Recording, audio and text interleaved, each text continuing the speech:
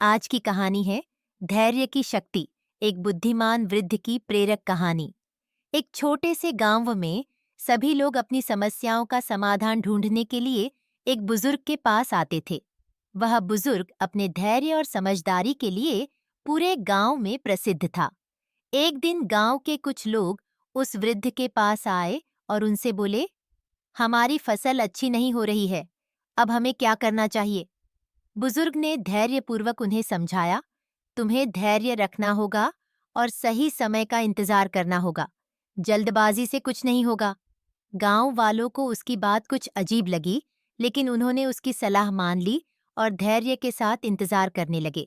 कुछ हफ्तों के बाद एक दिन जोरदार बारिश हुई और गांव के सभी खेतों में हरी भरी फसलें उगाईं। गांव वाले बहुत खुश हुए।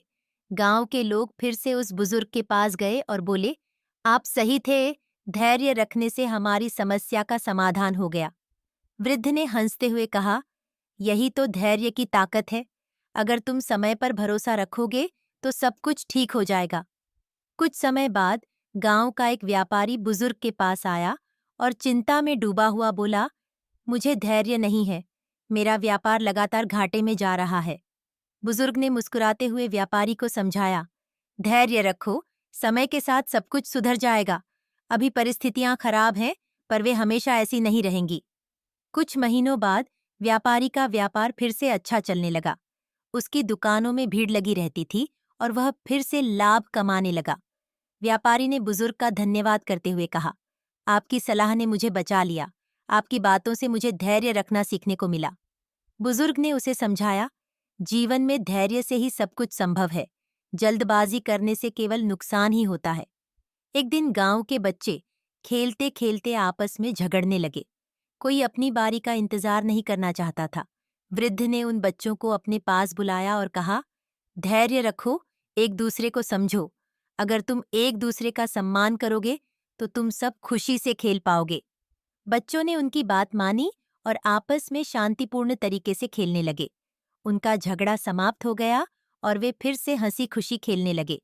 कुछ दिनों बाद बुजुर्ग ने गांव के सभी लोगों को एक बार फिर इकट्ठा किया और कहा, धैर्य से ही हम जीवन में सफल हो सकते हैं। बिना धैर्य के कोई काम ठीक से नहीं होता।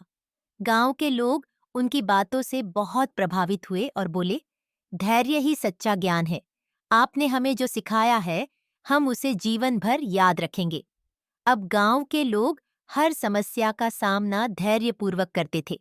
चाहे बारिश हो या सूखा, वे समझ चुके थे कि धैर्य से ही सब कुछ हल हो सकता है। धीरे धीरे गांव में सुख शांति का माहौल बनने लगा।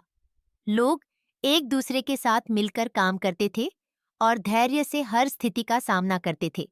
अंत में गांव के बुजुर्ग की शिक्षा ने सभी को यह सिखाया कि धैर्य से हम हर मुश्किल को पार कर सकते हैं और जीवन को संवार सकते हैं। यही सच्ची शक्ति है।